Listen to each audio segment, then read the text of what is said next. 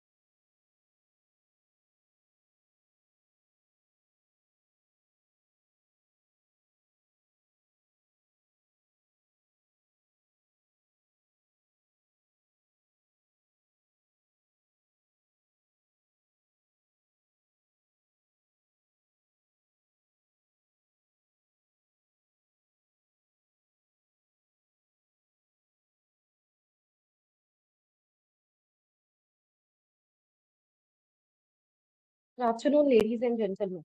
As a part of our CFO-centric webinar series, we are delighted to welcome you to today's session, Decoding the CFO's Dilemma, Sailing Smoothly Through M&A. In this webinar, we will explore the unique challenges CFO faces during M&A transactions in India. Key topics will include strategic financial planning, due diligence, deal structuring, and more. Our panel of industry experts will provide valuable insights and practical strategies to help finance leaders navigate risk, optimize integration, and maximize transaction value, ultimately driving more successful M&A outcomes. Before we begin, I would like to give a brief about Baker Tilly ASA India and our speakers today. Baker Tilly ASA India is the India member firm of Baker Tilly International, the ninth largest accounting network globally. We are a 3-decade-old accounting and consulting firm with a team of over 1,200 professionals across 8 offices in India, supported by a well-established national and international network. We work closely with our clients, including many from overseas, to assist them in setting up offices and factories in India, finding local partners, and addressing their audit, taxation, accounting, business support, GST advisory, risk advisory, and restructuring or liquidation needs. Our esteemed speakers for today are Sushanta Pai, CFO, Matrimony.com. He's the moderator of this session. Sushanta brings over 25 years of rich and varied experience across technology, finance, and advisory domain. His academia credentials include commerce education from Sindham College, Mumbai, and CA from ICAI. His previous stints include Mindtree Limited as the Associate Vice President Finance. Before that, he was with GE Capital International Services and KPMG. We have Pranav Gupta, Principal Investment Founding Member, Carpedium Capital Partners. Pranav is a seasoned private equity professional with 17 plus years of experience in direct investing, portfolio management, and successful exits. He has overseen the deployment of over $200 million in capital across sectors. Pranav is the principal and founding member at Carpedium Capital, which manages $120 million investments and has been recognized as one of India's top 40 under 40 investments professionals. He holds an MBA from the London Business School and a BTech from IIT Delhi. Then we have Moksha Bhatt, partner APN Partners. Moksha is a corporate lawyer based in New Delhi, advising domestic and international companies, venture capital, and private equity funds, and senior management on a wide range of issues from formation to liquidity. He specializes in M&A, joint ventures, investments, and corporate disputes, including insolvency and fraud claims. He's one of the co-founder of APN Partners. Our next panelist is Lavanya Pasichia. She's the Chief Executive Officer, Zivame, a visionary leader with over 2 decades of experience in e-commerce, retail, telecom, and IT. She has successfully transformed Zivame into an omni-channel leader with 180 plus exclusive brand outlets and a presence in 4,000 plus trade outlets. With a robust online presence across platforms, Lavanya's expertise in business strategy, financial management, and innovation has positioned Zivame as a front runner in the intimate wear industry. Finally, we have Nitin Arora, Head Transaction Advisory Services, Decoding ASA India LLP. Nitin heads the National Transaction Advisory Team in Decoding ASA India with expertise in M&A, private equity placement, financial due diligence, business valuation, and cross-border transactions. He has led numerous buy and sell side deals across various sectors, specializing in end-to-end investment advisories. A chartered accountant with a commerce background, Nitin is the former board member of M&A Worldwide, a global network of mid-market investment firms. Before we begin with this engaging session, few pointers for the webinar. Please note that all participants will be in listen to only mode throughout the webinar. If you have any questions or comments, please feel free to put them in a question section in the chat box. Thank you, everyone. Over to you, Sushant. Thanks, Manisha, and thanks, ASA, for this platform. And thank you all the panelists and all the audience who have joined for this session. I just thought I'll just start with a little bit of numbers. And obviously, when we talk about M&A, right, the numbers are very large. But since this is an M&A session, in India, 9 months 2024, I think there was about 2,300 plus deals in M&A, which is approximately, I think, about close to $69 billion. And if you compare the same 9 months of last year, 2023 actually, slowed down. M&A actually slowed down. And that number is about 1,800 deals, with a $60 billion sort of value. So M&As have increased, if you see year on year, by about 14%.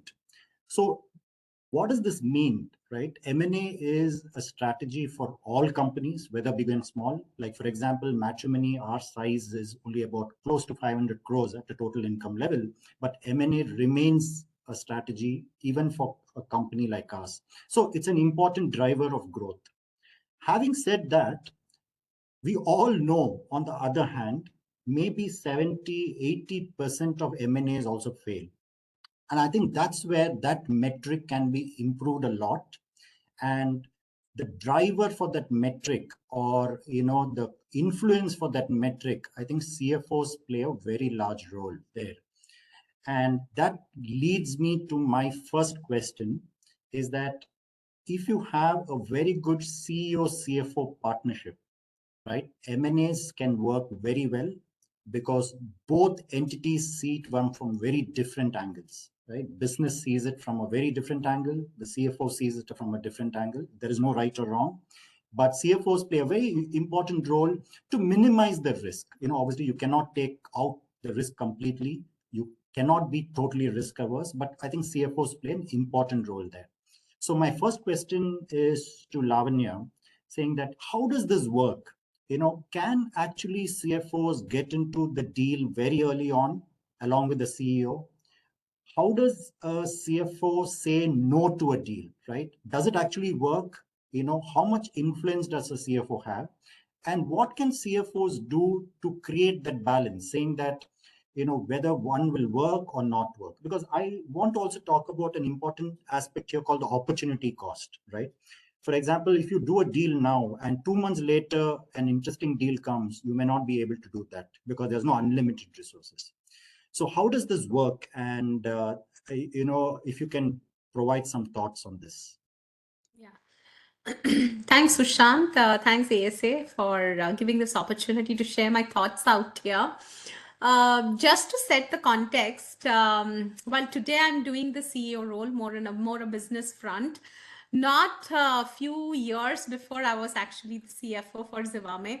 I actually had the strategic exit for Zivame when we got acquired by Reliance. Okay, so obviously I had the opportunity to work with the CEO very closely throughout the deal. When we did the fundraising. So I have done fundraising very closely before we kind of had a strategic exit with Reliance. Gone are the days where I think so the CFO is considered say probably as as a function. They are today more as a business partner, right? At least the CEOs whom I work with, or even how I work with our CFOs, that they are obviously there in the forefront when we are considering any large business decisions. We also understand finance guys put the spoke in the wheel. They come at the end and then they say there is a tax issue, or there is a, say the optimized cost what you're looking at is not going to work. So the business is also today partner with finance much early than how it was, say, probably, a couple of decades back, where they were just looked at more for execution, right? So today, I think so the CFOs understand the business also much more closer. So they obviously have that seat on the table to work along with CEO on any business decisions, and M&A is no different to that. While, say the CEO, the founder has a vision on how the company should propel to growth, and then we kind of achieve that growth or that milestone either organically or inorganically. So when it comes to an inorganic growth and we kind of define M&A, so the objective of it obviously has to be clearly defined, and which is what the CEO defines, saying that this is the strategic vision what I have for myself. By doing this M&A, we're going to reach into this level by such and such this, or it gives us a product advantage, or it gives us a patent. There can be a reason for what we are doing it. Obviously, the responsibility of CFO first is to get that executed, right? In terms of how do we get it executed? So you actually look at obviously the financial aspect to kind of get it executed. So whether you have the funds to do that M&A, that's what the CFO is definitely looked at it from. So there comes the risk and the opportunity. So if I'm going to block my funds for this inorganic acquisition, what I'm going to do, what are the things it is going to kind of put the stress back into the system by doing this deal? Do I have the risk appetite today to execute this deal? Becomes very, very important, right? So, so as long as the CFO is clear and gives the comfort to CEO, saying that this is well within the risk appetite, or this is the risk we are taking and these are the ways that risk will be mitigated. The second is the advantages what we are perceiving, say probably from a market size perspective. I'm just giving an hypothetical example. When you do a deal, you actually think that you're capturing a certain market, but when you actually run the numbers, probably it is not translating into capturing that market, so kind of finally translating it into numbers to say that, hey, I don't think so. The assumptions basis which the M&A is set is being achieved or not being achieved is in another way when the CFO can kind of tell no to an M&A deal. The third big option is obviously if there are any non-regulatory or a non-regulatory compliances or non-compliances, which is going to give exposure to our existing businesses through that. I think so that is something which only finance folks or the legal folks have visibility into and can kind of say there is a risk in kind of doing this M&A. So I think so being a risk bearer or the conscience keeper for the company, only when he or she sees that as detrimental to the existing position of the company or for the growth what is planned, I think so those are the only times when we kind of see CFOs really saying no to the deal. Okay. Yeah. So thanks, Lavanya. I think one of the best practice I learned, from the board is that typically, we always want to put a list of things that we want to do, right? And one of the key learnings I had was put a list of things you don't want to do. That brings in a lot of discipline for the organization, right? It's a very different way of thinking because everything in a toy store looks interesting. But if you say that even if a deal is interesting, but these are the areas I will not do, that itself will bring in a lot of discipline. And that's one thing I learned from the board over a period of time. Thanks, Lavanya. The next, the question is related. That okay, you get into the deal now, and obviously, that when you do a due diligence, right, there could be deal breakers, right? And some deal breakers you cannot solve it.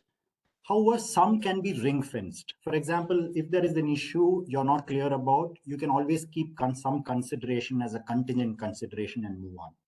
Just wanted to get some thoughts from few panel members here. We can start with Moksha. What do you feel about it? What are, according to you, some deal breakers that can be solved and some that cannot be solved? Thanks, Sushant, for that question. And I sort of will go back to the very interesting points both Lavanya and you made, which is essentially M&A and the diligence exercise, especially, is a part of the risk management exercise that you undertake, right? Because whenever you are seized with an opportunity, when an opportunity comes to a business to say, look, here is what we can achieve by acquiring this company, it's a heady moment. There's a lot of excitement. And in that moment, there is a need to sort of pause and do an exercise in risk management, allocation, and mitigation. And that essentially is what the diligence is. From my perspective, the key idea here is that most commercial risks can be managed in one way or the other. You can have holdbacks, you can have earnouts, you can have indemnities. You have a range of solutions that you can do.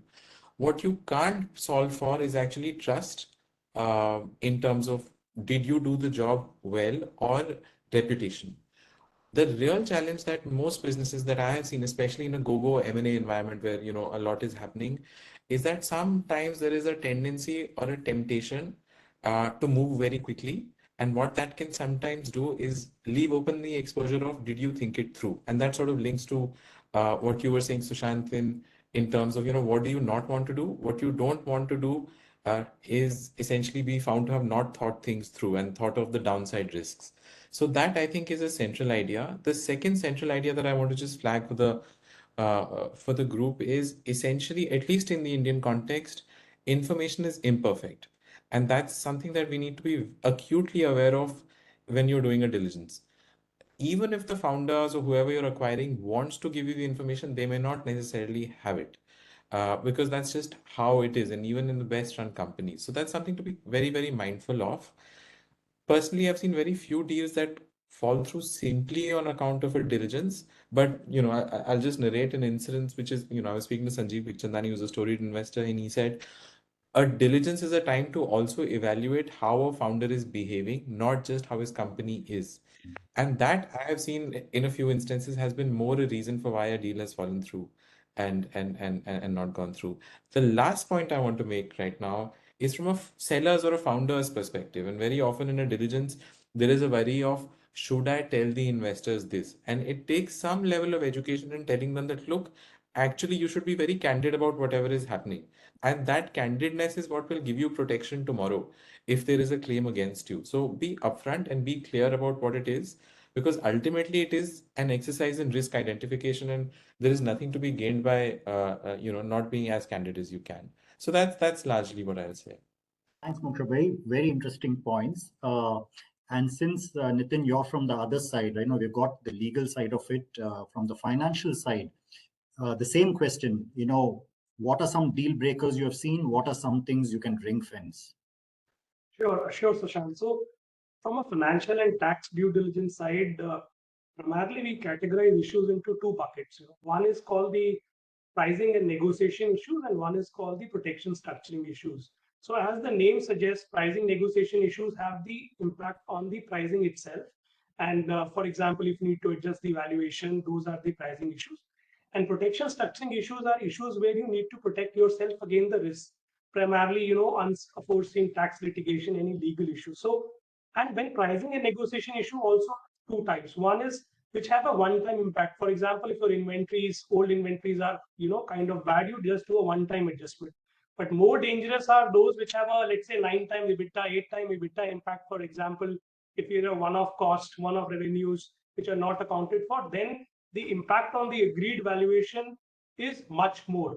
So how do typically we, or in that, because I've done diligences, as part of my career with EY, and now I'm doing deals. So it's sometimes very interesting to see how do you take care of these issues and not let them become a deal breaker. I think that was your question. So on the pricing and structuring issue, it's primarily easy. You do a renegotiation of price, or if something is linked to future, like for example, if it's something is linked to a future performance, you do a earn-out mechanism or adjust it in the second tranche. Worst case, you can put some money in an escrow and say, okay, if these milestones are achieved, we will release these payments to you. When it comes to the protection structuring issues, there the mitigation depends on the level of risk which a buyer perceives. And I think it's more Moksha area, but for example, what we have seen is that if the lower the risk, we take reps and warranties. The risk go a little higher, you go to the specific indemnities.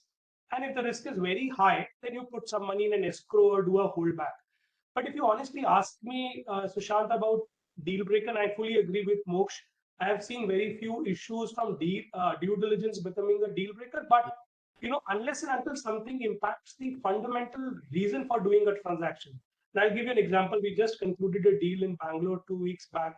The Schneider was one of the client which was doing 60 to 70% of business. Now the buyer said, everything is nice, everything is okay, but till the time Schneider gives me a consent, I'm not going to do this deal. So unless and until those fundamental issues get, or let's say promoter credibility is not found in a background check, or for example, in a listed transaction we are doing, the market price is much higher than the, kind of the negotiated price. So there is a SEBI regulation which kicks in. So unless you have issues of that magnitude, which becomes a deal breaker, most of the deal issues get resolved either through a, documentation security or through the renegotiation. Yeah. Thanks, Nitin. Pranav, would you want to add anything on this? Yeah, sure. First of all, thanks ASA for providing this opportunity to join a distinguished panel here, and thanks to the audience for coming over for this panel discussion.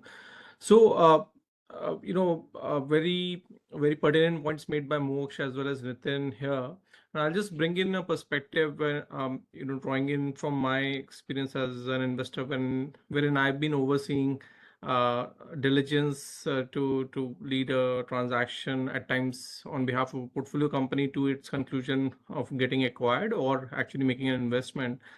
So what I've seen is that a red flag can be, the financial discrepancies a diligence may start throwing up. And if we were to kind of dissect it in terms of why it would have potentially kind of arisen at the first place, one can be there are inaccuracies in the data that was being narrated and maybe what is being now retrieved from the records.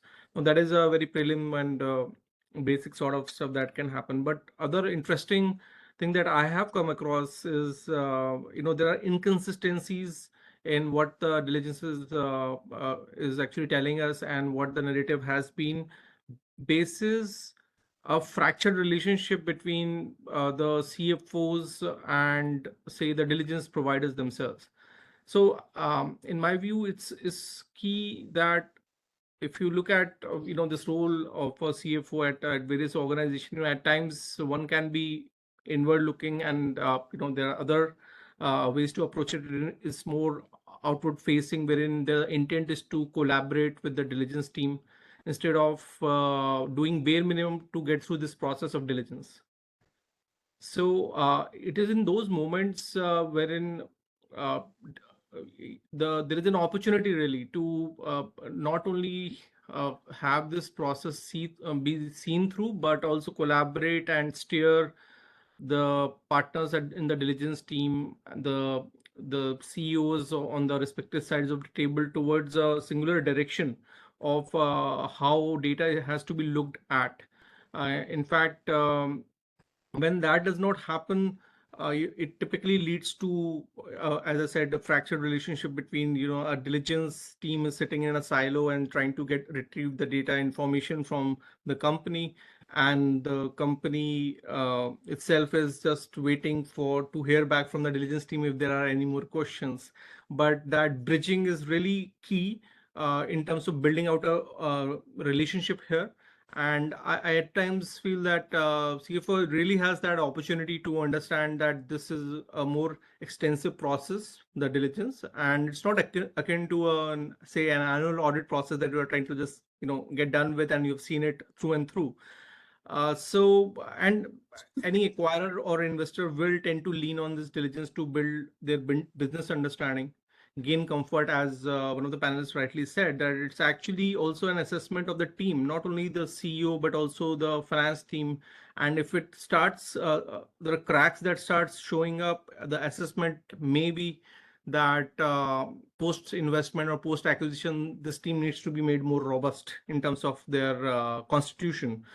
I think, as panelists rightly said, it may not necessarily lead to a deal-breaking situation, but it kind of sets a not so desirable stage for the diligence to be carried out further, and there have to be amends to be made on both sides of the diligence team as well as on the company side with the CFO for this to then come together, provide a singular message going into the acquirer or the investor, and conclude the process. So yeah, that's something I'll add. Thanks, Pranav.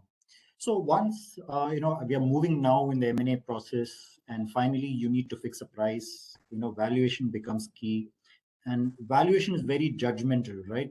Because we've seen you've seen the valuation field because of the startups coming in as well.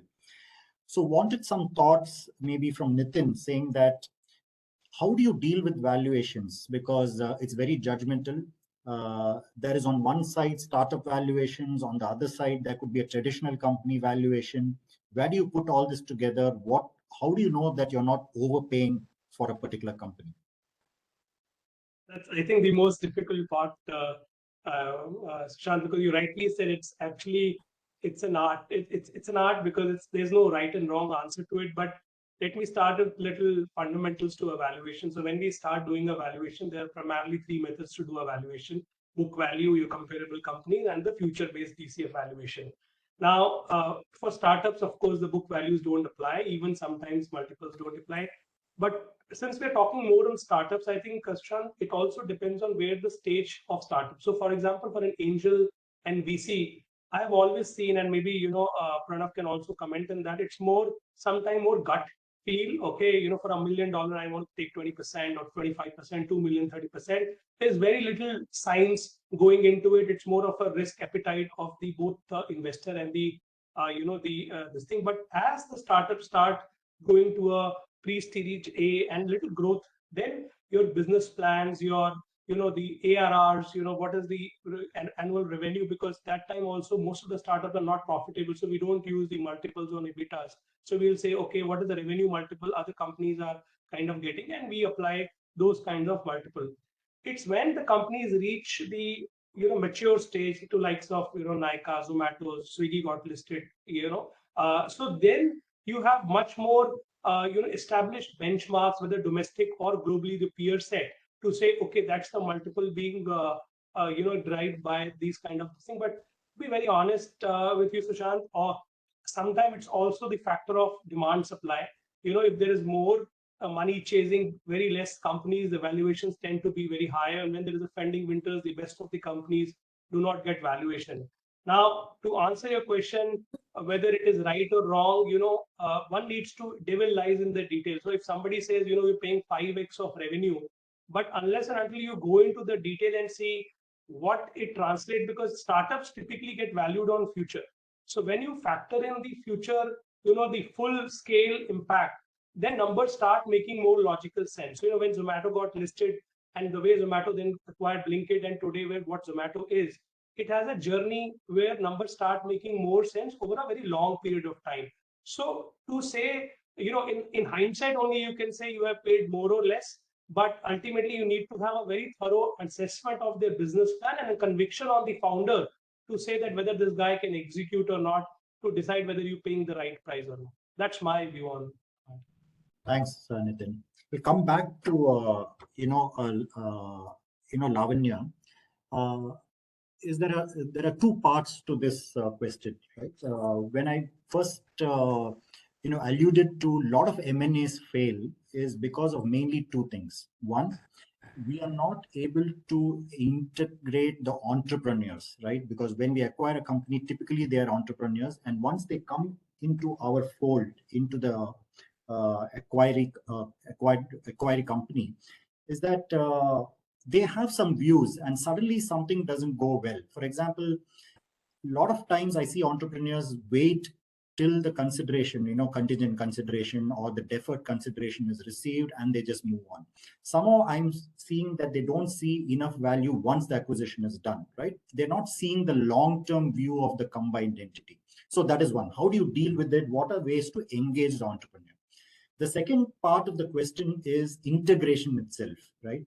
What are some things that we need to do well to make sure finally the company integration of the company is successful? So one is from an entrepreneur angle and one is from the integration of the whole company itself. So Sushant, coming first to the the founder as such, the entrepreneur or the founder of the companies. Typically, founders come with so their focus is obviously identification of a problem, what is there, and how they are going to kind of solve the problem through the proposal, through their the services or the product or whatever we are offering, right?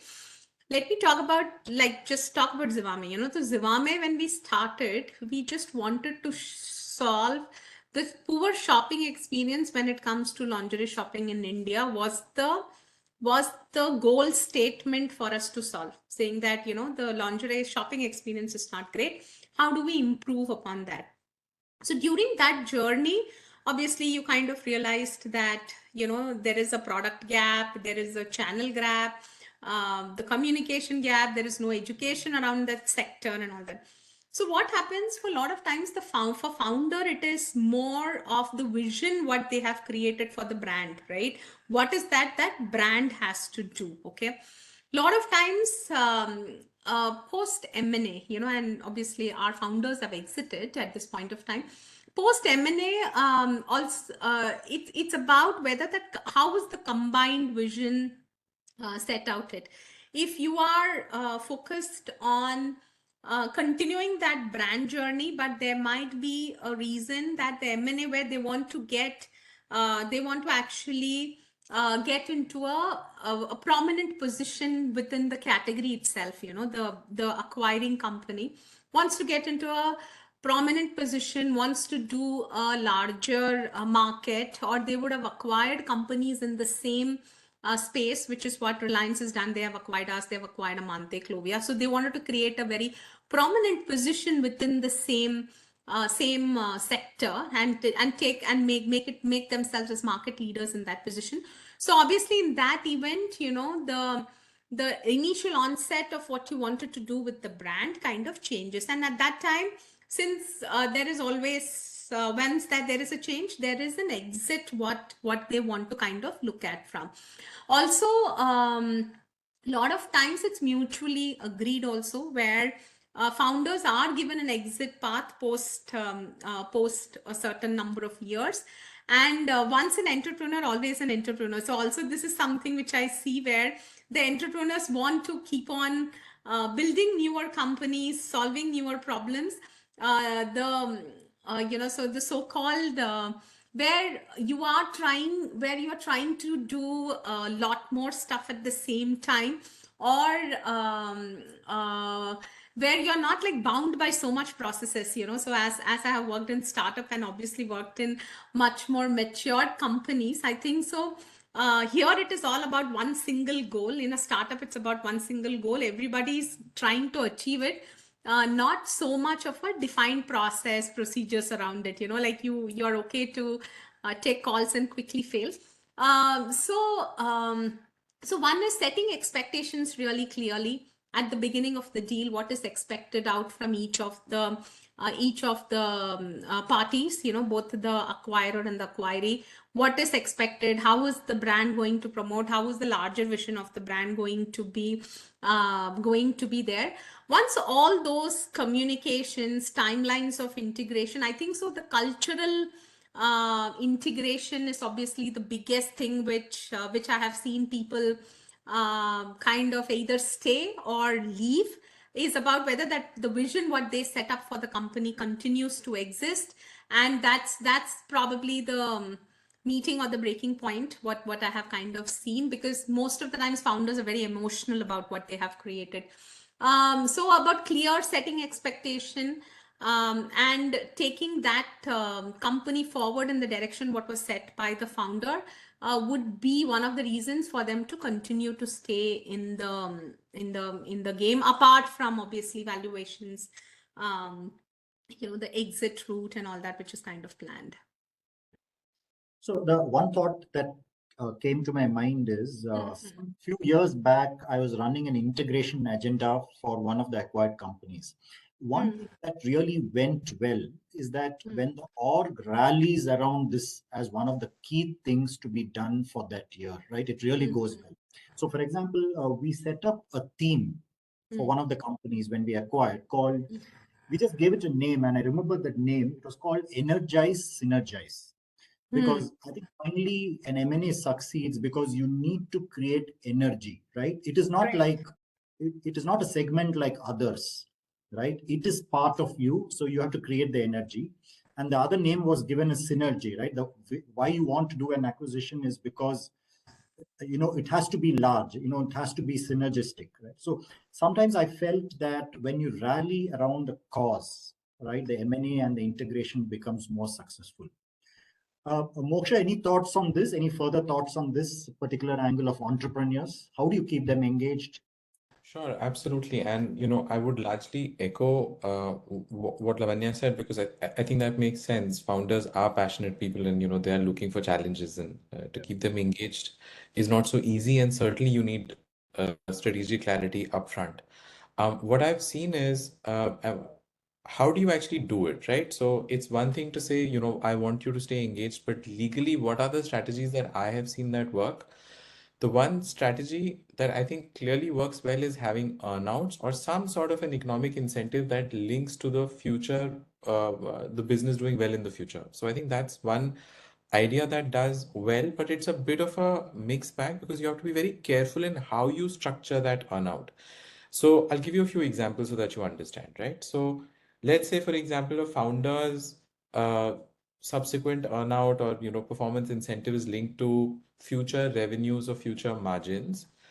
The business is then not necessarily fully within his control. So overall objectives evolve over time. So you may have decided initially that you're going to go for growth, but at some stage there is a business decision that you need to, improve margins, for example. So those are the sorts of things that can create challenges. So it's very good to be upfront and clear right at the beginning. So there is also often, when you're sort of trying to integrate a business, a desire to paper over differences sometimes. So, for example, you'll say that, broadly it should be this, but rest we will mutually agree. Those sorts of things create challenges because, when you actually get to that situation, there is actually sometimes no deal because you may have agreed to situation X, but actually nobody has thought of situation Y. So what is important for both sides, founders and for the acquiring business, to think of upsides, yes, but also downsides, and clearly document them so that everybody understands what they're going into very, very clearly. So, for example, let's say you have a founder and you've taken them on board, and to Lavanya's point, there is no value alignment, and actually there is a need to pathways. Have you clearly documented a path for yourself to either take over the business or to exit, depending on who it is? Sometimes it is not so clear, and very often these situations then get a bit messy. So it's better to have a hard conversation upfront rather than to try to paper over differences. Would be my thought here. Sure. Oh, just one point I would like to add, also from my experience, is I think sometimes what we do with the founders coming in is that uh, sometimes we impose on them, right? It's always, the bigger company mindset, and we think we know everything. But my view is always that if we have acquired the company, which means they are better experts. Therefore, I would prefer that you give them a boundary. For example, when I mean a boundary, is that broadly, this is the resources you'll get. This is broadly, the revenue which you can potentially earn, and you keep the profits or losses within a boundary. So then what happens? I think the entrepreneur has a playground. He or she knows the boundaries, and you allow them to play.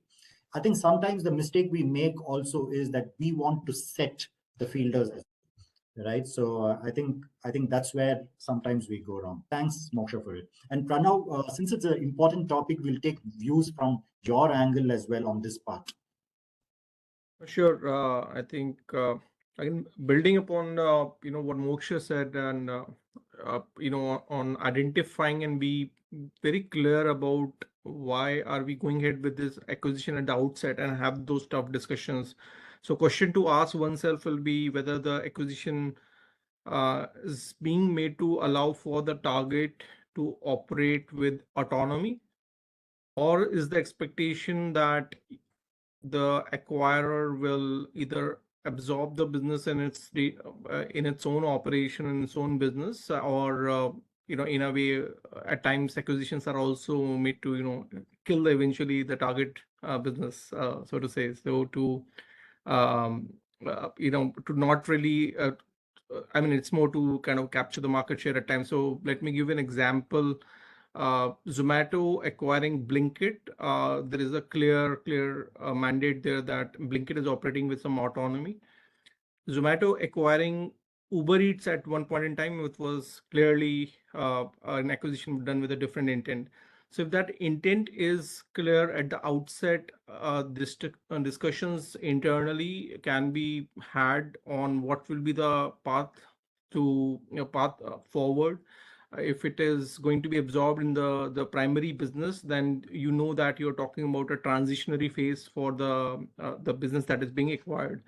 So in a way, I think again, I feel that there is an opportunity wherein, given that there is an acknowledgement that we also heard from the panels before, that there is a distinct cultural and ethos which are very separate from for the acquirer and the target company.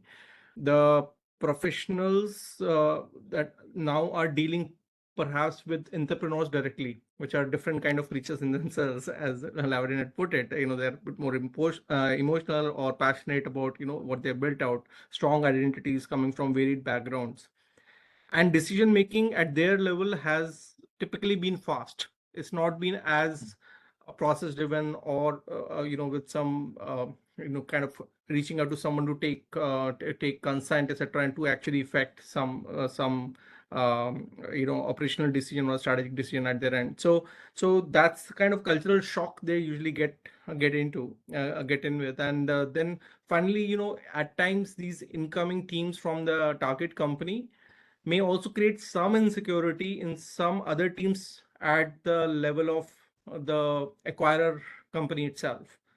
So if you look at what's really happening when you're getting in a new company and which is supposed to operate within that fold, there are these acknowledgements that hopefully are there, and hence there has to be some mitigation strategies that are to be devised at the outset, to understand that we need to invest enough time to preempt and deploy these mitigation strategies to, for example, de-escalate some potential tensions that can brew up as you move forward between the competing teams, or to bring the incoming team up to speed of how, what's, say, in case, say, Zomato, what's our style of working or what's our way of working. So while I'm not saying it's completely gonna switch, but there has to be some bridging there that has to happen so that everybody can work in a more synchronized fashion. So, and there is a fundamental need to feel respected to and secure to some degree in any role as this transition happens. So I think the playbook for this is not get developed, to that extent, and integration remains a challenge for most of the M&As. Sure. Thanks, Pranav. So we are also seeing, a slew of SME IPOs, right? And the question in my mind is, are they the preferred route over strategic investments or strategic investors? Nitin, this question is for you. Sushant, in my view, I don't know if others agree or not. These are two mutually exclusive things to a very large extent, because the target audience for both is quite different. The transaction we were doing, the promoter was chased by many merchant bankers for a better valuation on a S&P IPO.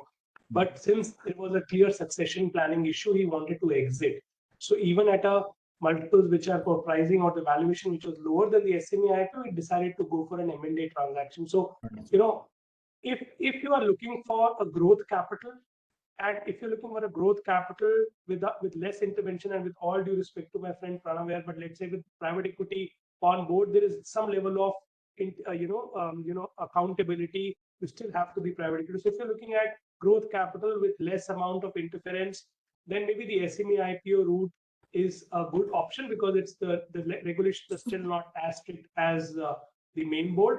Although it has its flip side also, and we have been reading about all these valuation issues which are coming in SME IPO, and SEBI getting stronger and stronger. The famous case of Resourceful, where one Honda, that a franchisee had a multiple of what kind of a valuation they got. But still, to say that if it's a clean SME IPO, it's a good way to get growth capital. But if you're looking at either an exit, or if you're looking at some technology from a partner cross-border, or you're looking at international markets, SME IPO doesn't solve. It does solve only the problem of money. It doesn't solve any other thing. It needed liquidity to a large extent. So I think the target audience is different. And if you're looking for strategic M&A, then the objective is completely different than when you go for an SME IPO, or for that matter, any IPO actually. Thanks, Nitin. So one of the things. So Sushant, I just want to add one thing to SME IPO to what Nitin said. Okay. See, IPO as such, in an SME environment is very, very difficult, and probably even very distractive for the company on an overall. Okay, like IPO itself is like the whole organization is going to kind of work on what is the valuation you're going to get, what is the numbers you're going to do. I think so in an SME setup, they're not even like prepared or to say that you are going to get questioned every quarter about the results, and your fluctuation is going to happen. There is an external governance which is going to kind of come in. An SME, they're not even prepared for something like that. So an SME, they need to be doubly sure that they want to go the IPO route. Actually, at a scale, an IPO makes more sense than SME, is my thought. Sure. Thanks, Lavanya. So one of the things is that if an M&A goes bad, right, you get into disputes. So this question is for Moksh, is that what are the typical disputes that arise in an M&A, and how can you prevent it at the contract stage itself? Sure. And thanks. The basic idea here is that all documents look great until something goes wrong, and it's only then that you find out what had happened. And then there are learnings as you go through that process.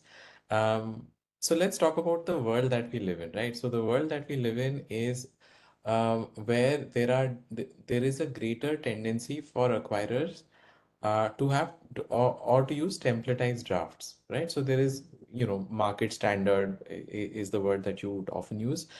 And there are terms which are used very often. For example, if there is a put option or if there is a drag, etc., which have come in and are, frequently used in commercial deals.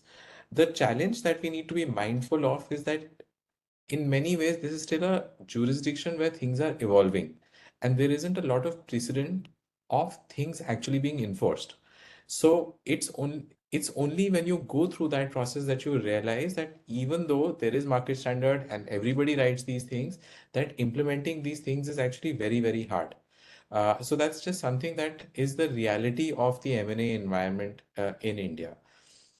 So that's generally the comment that I will make. So that there is very little stress testing on some of these ideas.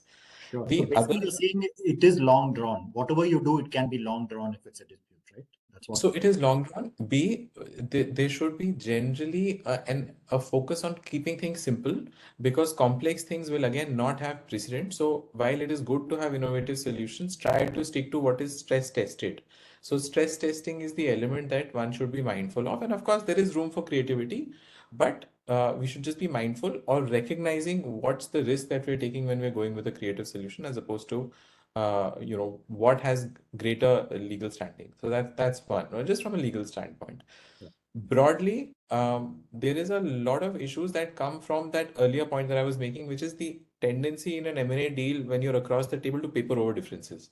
For example, if there is a valuation mismatch, there may be some language that, we will appoint a third party valuer, but there will be no framework on how that guy will be appointed if we disagree.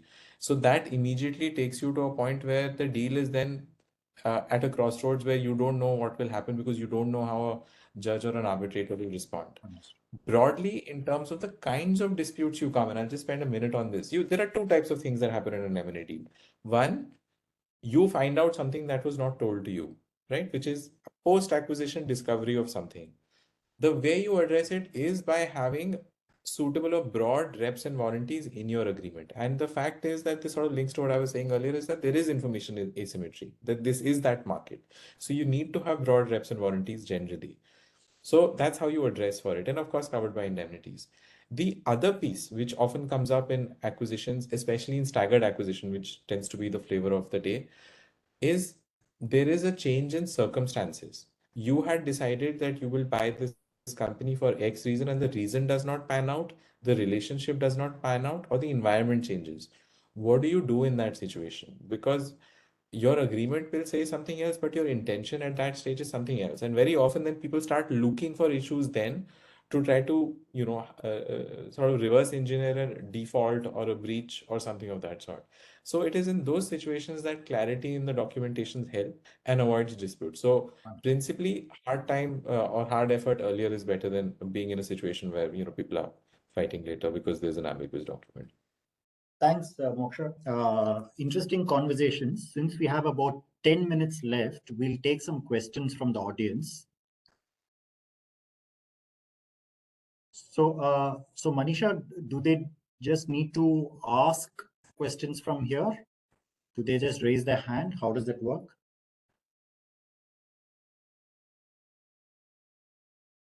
Okay, we'll just. I have got some questions from the audience, but I'll just wait for a minute or so to see if somebody is asking questions on this.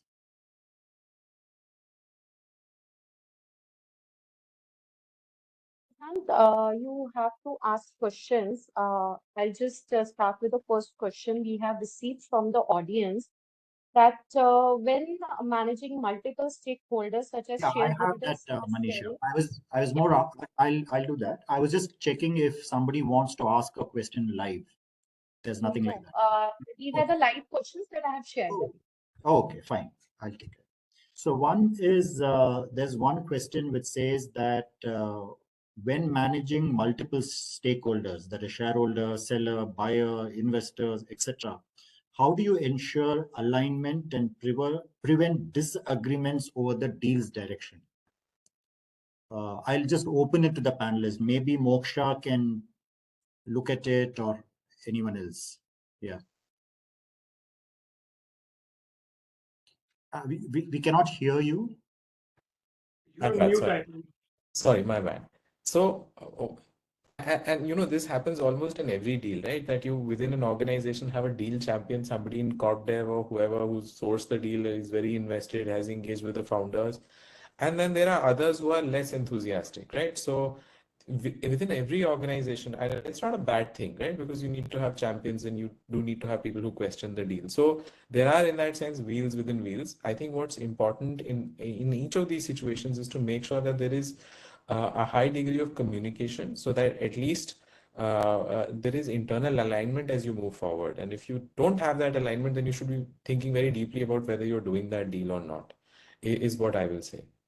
And that this sort of links to the tension very often that you have between finance, which is looking at risk, and business, which is looking at the opportunity. And that's the dialogue, which I think is very constructive, actually. Understood. So the next question, this maybe Lavanya could answer, is what would be your advice for CFOs on managing cultural integration between two organizations to ensure a smooth transition? Your advice for CFOs. So I think so. This is something which we have gone through. See, obviously, one is understanding. So where the real culture differences, apart from is the processes what you have, the policies what you have, right? It can be as simple as, like, in a larger organization, for the last employee, it can be, is my travel and employment, like, is that kind of aligned? So if you can get consistency among the policies, these are our policies, these are what we kind of stand for, these are non-compromisable, these are some things which is probably better when you move into a larger organization, which is what we have kind of seen. And how that gets communicated, saying that starting this financial year, these will be the new policies, what is kind of which will be do. Approval, this is the approval matrix which we will kind of follow. These are the newer set of guidelines what we do. I think so culturally, as long as you kind of say this is the new way of working, and these are the advantages what we see in these new way of workings, and give a positive twist. It's also about it's also about perception and how you set it up. If you're going to say, no, this is not working, what we are doing, we were doing better off there, I think so that creates a rift, and the people never kind of settle down. I feel as long as you say, communicate very clearly with the teams, say that this is the new way of working, these are the things what we'll do, nothing changes, but these are the small changes what we need to do post this M&A. I think so those things help in culturally integrating the teams much better. Got it. This question may be for Nitin, is that what are the key regulatory hurdles, issues companies face in cross-border M&A transactions? How do you prepare for such regulatory scrutiny? Sushant, I think from regulatory, there are two parts. One is on the FDI side of it. So if you're looking at a transaction in a sector where there's an FDI restriction, probably you have to look at it, what is the FDI requirement? So for example, some sectors are still, most of the sectors have been opened up for 100% FDI, but there are some sectors in which still there is a 74 or there's a regulation. So I think that's one important this thing. The other basic thing is on the valuation. Now, in fact, there's a very interesting situation in the cross-border. There is a SEBI requirement, or actually it's a FEMA requirement that the transaction has to happen at a fair value, above a fair value if you're selling a share to a non-resident shareholder. So there was a Japanese client we were dealing with many years back. They said, the target has informed us that only DCF can be used because that's the FEMA requirement. So one needs to be aware of what exactly is the regulation. We need to have a proper consultant to guide you, because that's a regulation, but that also is to stress test the commercially negotiated price. It's not that the FEMA valuation, of course, needs to be taken care of, but that's not the benchmark in which you start the negotiation on a pricing. So I think these are few examples or nuances, especially in a cross-border, I'm saying, where you need to have a proper advice while you are getting into a new territory. Thanks, Nitin. The next one is saying, is high employee turnover treated as a red flag during due diligence? Maybe Nitin, or anyone else? Yeah. Okay, I'll take a shot at it, and maybe others can. So high employee turnover is actually, again, depends what is again you're benchmarking with. So if you're working in a startup, there is anyways a very high attrition. IT has a different kind of an attrition, but if you're working in a manufacturing company, let's say 5% attrition. So we definitely, as a part of our HR diligence, when I say HR, financial portion of the HR diligence, we definitely look at attrition. But to be very honest with you, unless and until we believe, actually it's more on the KMP. People leaving at the lower end, even if there's a churn and there is a logical explanation, doesn't create a big issue. But if your CFO, CHRO, CEO, all these people have a tendency, then of course it's a red flag to understand what has been the issue. So I think it depends on each situation. Maybe if somebody else wishes to add, yeah, I think Moksha or Lavanya wants. Maybe Lavanya can go if she wants to. Yeah, so I think so it depends on the size of the company and how, the risk is divided. But at least in a startup scenario, like he said, if the KMP, there is an exit of KMP, then obviously the value proposition, what they offer to becomes very difficult to maintain, which obviously creates a revenue risk, how they're going to kind of deliver the revenue based on which the valuations are done. So I think so KMP is, if there are too much exits at KMP, it's definitely a red flag in a startup ecosystem. The only point I have to add over there, sorry, is essentially, my apologies, is this is something to actually pick up as a part of the diligence process, which is do management interviews. So that's sometimes something that can be very helpful in understanding internal dynamics within the company that you're acquiring. Understood. And I'll just add here that anything which is deviating from what is considered as business as usual, that ought to get highlighted, and the target should actually take a more open up kind of a stance in terms of sharing that data and explaining to the acquirer or the investor, why what's driving this trend which is away from business as usual. It'll create more trust. It's an opportunity, and also devise what are the rightful strategies going forward. Got it. Thanks. It was a very interesting and insightful conversation so far. Let me maybe try to summarize this whole thing. So we started with the most important thing, the CFO CEO relationship. So basically, we said there that if the CFOs get into M&A quicker, it is not only at the valuation stage or whatever, more even at the stage of market size, assumptions, all of that, it will help in the whole deal process. Lavanya brought out saying that non-compliances play an important part, whether it is a deal breaker and whether the CFO should say no, that sort of a thing. And reputation risk is also a big thing, for a deal breaker. So that's more on the mostly on the CFO CEO relationship. We moved on to the DD. There, I think they're pretty much manageable. I think nothing much came out saying that typically DD has red flags, which you can manage in terms of various mechanics like contingent consideration or adjustment to cost and all of those things, not typically deal breaker, and that's more which comes outside the DD sort of a level. Then we looked at what is a good price to pay. And I think one of the factors that Nitin brought out was, the business plan assumptions become very important in the whole pricing and valuation strategy.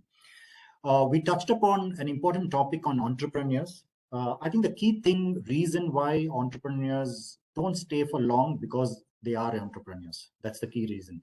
They want to solve problems. They want to start new things.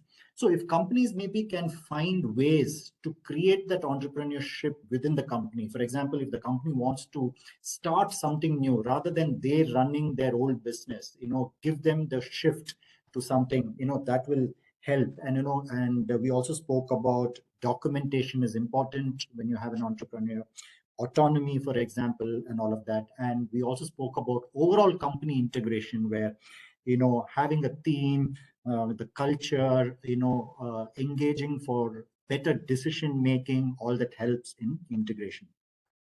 We also touched upon the SME IPOs.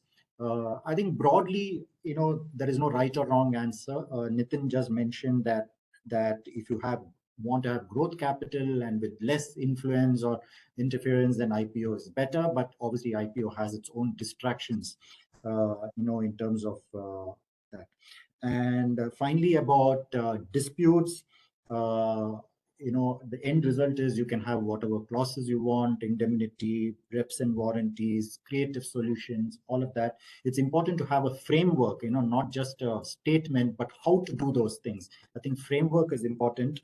And, and whatever clauses you put, finally disputes are very long drawn process. So you have to be careful about it. It takes its own time. So that's, broadly to summarize this session. I want to thank ASA once again for this platform and all the panelists for your insights. I'll now hand it over to Manisha. Thank you so much, Sushant. It's now time to bring this interactive session to an end. Thank you so much, Sushant, for being an excellent moderator, and Lavanya, Moksh, Pranav, and Nitin for leading us through this engaging and stimulating session. Thank you all for being such an amazing audience. I'm sure you would have immensely benefited from the deliberations, We will also be emailing a summary of the deliberation and a link of the recording of this webinar. We have tried to answer as many as questions as possible, but still have some unanswered ones. Shall be replying to them over email. If you have any more queries, please reach out to manisha.sachdeva@asa.in. Once again, thank you all for joining us today. Have a great weekend. Thank you so much. Thank you. Thank you, everyone. Thank you. Bye-bye. Thank you. Bye-bye.